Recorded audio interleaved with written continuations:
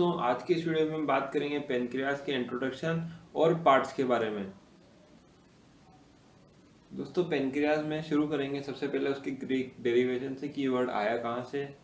दोस्तों, ग्रीक में पेन शब्द का मतलब होता है ऑल से और क्रियाज का मतलब होता है फ्लैश। दोस्तों, आप समझ सकते हैं कि फिर पेनक्रियाज का मतलब होगा ऑल और फ्लैश यानी ऑल फ्लैशी। दोस्तों, ऐसा इसके अपीयरेंस से कहा गया है कि इसका जो अपीयरेंस होता है वो देखने में फ्लैशी होता है, इसलिए इसका नाम पेनक्रियाज दिया गया है। और दोस्तों, बात करें इसके और अपीयरेंस की तो ये सॉफ्ट होता है और ये फाइनली लोबुलेटेड दिखाई देता है। दोस्तों, ये फाइनली लोबुलेटेड भी होता है और इलोंगेटेड स्ट्रक्चर दिखाई देता है और इसको हम एक्सो और एंडोक्राइन दोनों तरह का ये फंक्शन होता है, तो इसलिए इसे एक्सो एंडोक्राइन ग्लैंड कहते हैं। अब दोस्तों, बात करते हैं पेनक्रियाज की लोकेशन के बारे में। तो दोस्तों, रीजन की अगर हम बात करें एब्डोमेन की, तो ये एपिगेस्ट्रियम और लेफ्ट हाइपोकॉन्ड्रियम रीजन में लाई करता है। दोस्तों, जो इसका हेड है वो ड्यूडनम की जो कॉन्केविटी होती है, जो सी शेप ड्यूडनम है, उसमें फंसा हुआ होता है। और इसकी जो टेल है वो स्प्लीन के जो लीनियो रीनल लिगामेंट है, या यूं कह लूँ मैं स्प्लीन का जो हाइलम है वहाँ पे अटैच होती है। दोस्तों, इसके अगर हम वर्टिब्रल लेवल की बात करें तो ड्यूडनम में हमने L1 L2 L3 तो बात करी थी, और इसकी टेल चूंकि स्प्लीन पे जा रही है तो थोड़ा सा ऊपर हो जाएगा, यानी L1 से ऊपर क्या आता है T12। तो इसका जो लेवल हो जाता है इस तरह से T12 से L3 हम बोलते हैं। दोस्तों, बात करें अगर size and shape of spleen की, तो साइज में तो ये जे शेप डी होता है। और दोस्तों, इसकी मेजरमेंट्स को अगर हम देखें तो ये लेंथ में 12 to 15 सेंटीमीटर्स का होता है, विड्थ इसकी 3 to 4 सेंटीमीटर होती है, थिकनेस इसकी 1.5 to 2 सेंटीमीटर होती है और वेट इसका होता है 80 to 90 ग्राम। दोस्तों, अब बात करते हैं पार्ट्स ऑफ पेनक्रियाज के बारे में। दोस्तों, इसके 4 पार्ट्स होते हैं: head, neck, body and tail. दोस्तों, इनमें हेड और बॉडी से एक एक प्रोसेस निकलता है।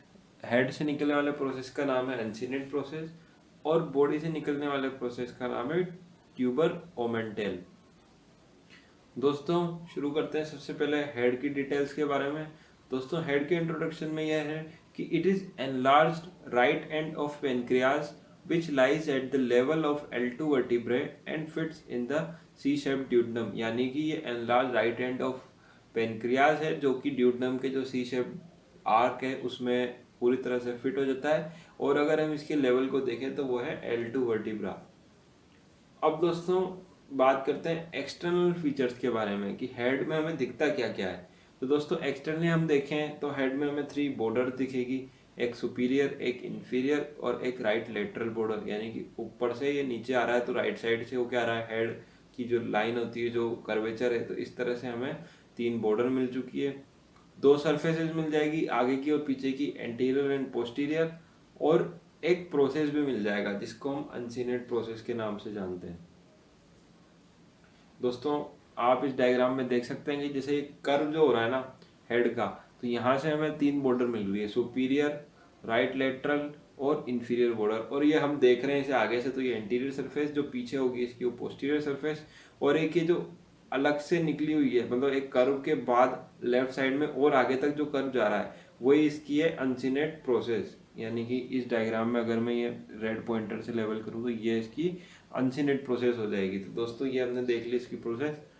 अब हम देखते हैं इन एक्सटर्नल फीचर्स के रिलेशन, यानी कि अब इसमें कौन कौन से विसरल रिलेशन इसके हैं, किस किस से ये रिलेटेड है। तो दोस्तों, हमने सबसे पहले देखी थी बॉर्डर्स, 3 बॉर्डर थी, सुपीरियर और लेटरल राइट में, राइट लेटरल और इंफीरियर। तो हमने इन तीनों बॉर्डर के रिलेशन एक साथ देखना है। दोस्तों, इसमें हम याद करेंगे आर्टीरियल सप्लाई ऑफ ड्यूडनम को। जैसे हमने ड्यूडनम के लिए बात करी थी, वैसे ही आर्टीरियल सप्लाई पेनक्रियाज की भी डिराइव होती है। बताऊंगा मैं आर्टीरियल सप्लाई ऑफ पेनक्रियाज को अगली वीडियो में।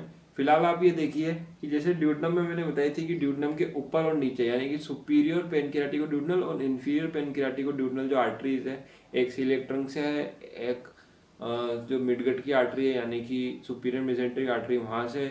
तो ये दोनों मिलके सप्लाई करती है पूरे ड्यूडनम को। ये क्या करती है कि एंटीरियर और पोस्टीरियर ब्रांचेस में डिवाइड हो जाती है, फिर एंटीरियर ट्रंक बनता है, फिर पोस्टीरियर ट्रंक बनता है, फिर वहां से आपके वासा रेक्टास निकलते हैं जो पूरे ड्यूडनम को सप्लाई करते हैं। तो दोस्तों, वो की वही कहानी है बस आपको ये रखना है याद कि जो रो वासा रेक्टा से पहले, यानी कि ये जो एंटीरियर और पोस्टीरियर का जो एनास्टोमोसिस है, यानी एंटीरियर वाले का रेस्पेक्टिव काउंटर पार्ट्स है और पोस्टीरियर वाले का रेस्पेक्टिव काउंटर पार्ट्स है, ये जो एनास्टोमोसिस है ये राइट बॉर्डर पे होता है इसकी, यानी राइट लेटरल बॉर्डर ऑफ जो पेनक्रियाज है या हेड है वहां पे ये टेक प्लेस करता है। तो दोस्तों अब हम बात करते हैं सुपीरियर बॉर्डर की। अब आप इस डायग्राम को देखेंगे और पूरा का पूरा रिलेशन अपने आप से ही। दोस्तों सबसे पहले बात करें सुपीरियर बॉर्डर की, तो यहाँ पे आपको देखने को मिल रही रिलेशन में सुपीरियर पेनक्रियाटिक और ड्यूडेनल आर्टरी और फर्स्ट पार्ट ऑफ ड्यूडनम। बात करें राइट लेटरल की, तो यहाँ पे हो जाएगा सेकंड पार्ट ऑफ ड्यूडनम और आपको आर्टीरियल आर्केड्स मिल जाएंगे, जो इंटीरियर और पोस्टीरियर आर्केड्स हैं वो आपको देखने को मिल रहे हैं। और अगर हम बात करें इंफीरियर बॉर्डर की, तो यहाँ आपको कंटिन्यूएशन में थर्ड पार्ट ऑफ ड्यूडनम देखने को मिल रहा है और इंफीरियर पेनक्रियाटिक और ड्यूडनल आर्टरी देखने को मिल रही है। अब दोस्तों बात करते हैं इसकी सर्फेसेस के बारे में। तो एंटीरियर सरफेस पे देखिए आपको गैस्ट्रोड्यूडेनल आर्टरी का रिलेशन देखने को मिल जाएगा। इसके अलावा जो ट्रांसवर्स कोलन होती है उसका रिलेशन इसे आगे देखने को मिलता है। और root of the transverse mesocolon, transverse mesocolon मैंने बताया था कि मेजेंट्री है जो कि ट्रांसवर्स कोलोन को संभाले हुए उसको सपोर्ट दे रही है। और कोल्स ऑफ जेजुनम, ये आपको इंटीरियर रिलेशंस में। दोस्तों पोस्टीरियर सरफेस के रिलेशन की बात करें तो यहाँ पे आपके है inferior vena cava, left renal vein, bile duct and right cross of diaphragm. तो दोस्तों ये चार रिलेशन आप याद रखिएगा। अब बात करते हैं दोस्तों अनसिनेट प्रोसेस की। तो अनसिनेट प्रोसेस के आगे तो होती है सुपीरियर मेजेंट्रिक वेसल्स और पीछे होता है एब्डोमिनल एओर्टा। तो इसको इसी फॉर्म में याद रखिएगा दोस्तों। अब दोस्तों बात करते हैं हम नेक ऑफ पेनक्रियास के रिलेशन की। तो नेक ऑफ पेनक्रियाज में सबसे पहले तो हमें पता होना चाहिए कि होता क्या है नेक। तो नेक को हम सिंपली कह देते हैं कि ये हेड को बॉडी से जोड़ने का काम करता है और एक कॉन्स्ट्रिक्टेड स्ट्रक्चर होता है। लेंथ जरूरी नहीं है याद रखना, पर मैं बता देता हूँ दोस्तों कि इसकी लेंथ जो होती है नेक की वो होती है 1 इंचेस।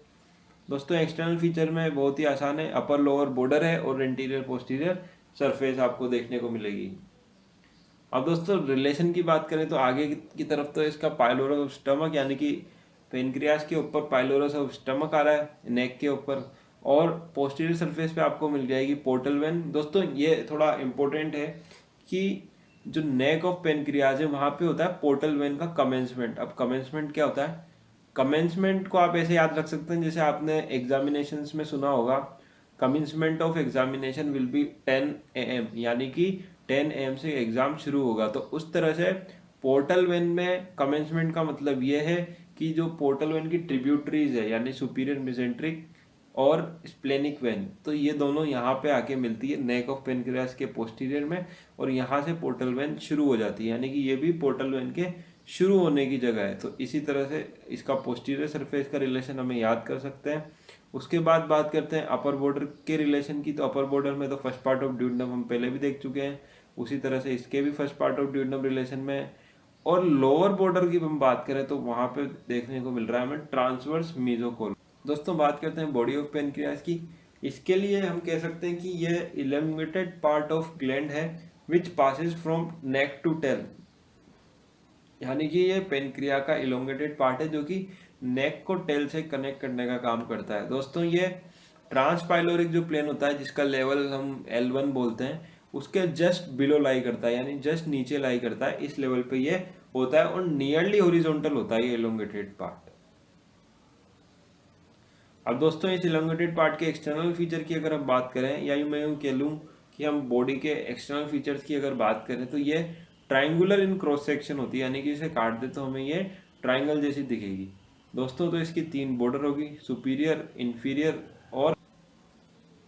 और दोस्तों हमें 3 सरफेस देखने को मिलेगी, एंटीरियर सरफेस, पोस्टीरियर सरफेस और इंफीरियर सरफेस। दोस्तों 3 बॉर्डर, 3 सरफेस और एक और प्रोसेस भी हमें देखने को मिलती है, क्योंकि हमने बोला था हेड और बॉडी में एक एक प्रोसेस होती है। उधर था अनसिनेट प्रोसेस और इधर है ट्यूबर ओमेंटल। ट्यूबर ओमेंटल आप देखिएगा जहाँ पे भी आपको जितने भी फिगर मिलेंगे, डायग्राम मिलेंगे पेनक्रियास के, तो उसमें बॉडी की तरफ हल्का सा उभार होता है ऊपर की तरफ, तो उसे हम ट्यूबर ओमेंटल बोलते हैं। इसका एक इम्पोर्टेंट रिलेशन होता है, वो मैं आपको जब इसके रिलेशन पढ़ेंगे तभी बताऊंगा। फिलहाल हम शुरू करते हैं एंटीरियर बॉर्डर के रिलेशन से। दोस्तों सबसे पहले हमने पढ़ी थी एंटीरियर बॉर्डर, यहाँ पे अटैचमेंट होता है ट्रांसवर्स मेसोकोलोन का। दोस्तों सुपीरियर बॉर्डर पे सीलिएक ट्रंक होता है अबोव द ट्यूबर ओमेंटल। अब दोस्तों ट्यूबर ओमेंटल क्या होता है, ये तो मैं आपको बता चुका हूँ कि उभार होता है हल्का सा ऊपर की तरफ सुपीरियर बॉर्डर के अलोंग। अब दोस्तों आप यूँ समझिएगा कि ट्यूबर ओमेंटल एब्डोमिनल एओर्टा को एक तरह से बताता है कि सीलिएक ट्रंक यहाँ से ओरिजिनेट करो, यानी कि ट्यूबर ओमेंटल जो उभार है उसके जस्ट ऊपर से ओरिजिनेशन होता है सीलिएक ट्रंक का, और उसी से सीलिएक ट्रंक की फिर डिवीजन भी हो जाता है। आपको याद होगा कि सीलिएक ट्रंक की लेंथ ज़्यादा नहीं होती है, केवल और केवल 1.25 सेंटीमीटर होती है। एब्डोमिनल एओर्टा से सिर्फ 1.25 सेंटीमीटर आगे की तरफ ही निकलती है। इतनी सी लेंथ रन करने के बाद ये अपनी ब्रांचेज में डिवाइड कर जाती है। दो ब्रांचेज होती है इसकी, स्प्लेनिक आर्टरी और हिपेटिक आर्टरी प्रॉपर, तो वो इसी लोकेशन पे डिवाइड होती है जहाँ पे ट्यूबर ओमेंटल का पॉइंट होता है। तो दोस्तों ये काफ़ी इंपॉर्टेंट लैंडमार्क होता है। अब दोस्तों हम बात करते हैं इन्फीरियर बॉर्डर के बारे में। इन्फीरियर बॉर्डर की अगर हम बात करें तो यहाँ पे रिलेशन बनता है सुपीरियर मिजेंट्रिक वेसल से। एब्डोमिनल एओर्टा की सीलिएक ट्रंक के बाद जो मिडगट के लिए आर्टरी निकलती है वो सुपीरियर मिजेंट्रिक आर्टरी होती है, और सुपीरियर मिजेंट्रिक वेसल भी उसी के साथ ही होगी।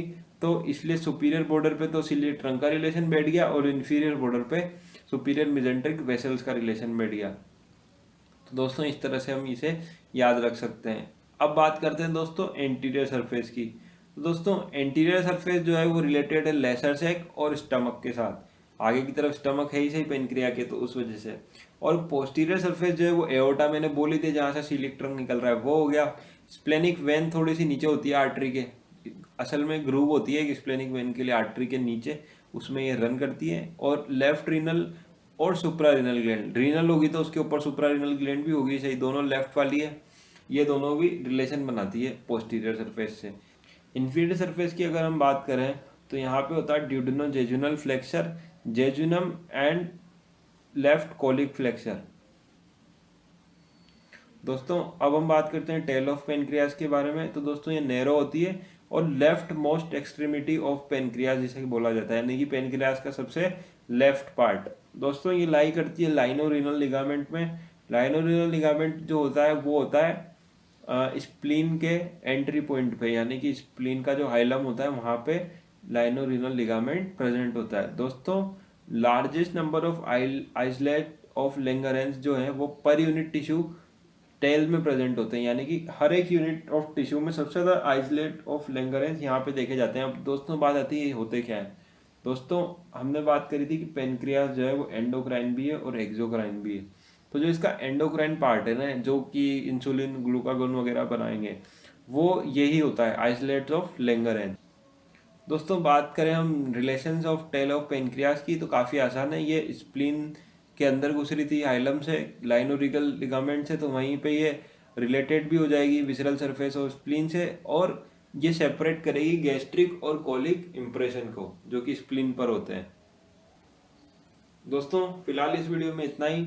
Thanks for watching. अगर ये वीडियो आपको पसंद आई हो तो इसे लाइक कर दीजिएगा, शेयर कर दीजिएगा। दोस्तों कमेंट में आप कोई भी सुझाव दे सकते हैं। कोई भी सुझाव दे नहीं रहा है तो दोस्तों इस पर गौर करें कि आपको कुछ भी इम्प्रूवमेंट अगर चैनल से चाहिए या कोई नई वीडियो चाहिए तो जरूर से जरूर आप कमेंट बॉक्स का इस्तेमाल करें। अगर इस चैनल की वीडियोस आप रेगुलरली देख रहे हैं तो इसे सब्सक्राइब करना मत भूलना और लेटेस्ट अपडेट्स के लिए बेल आइकन दबाना ना भूलें। तो दोस्तों इस वीडियो में इतना ही, मिलते हैं अगली वीडियो में, तब तक के लिए गुड बाय।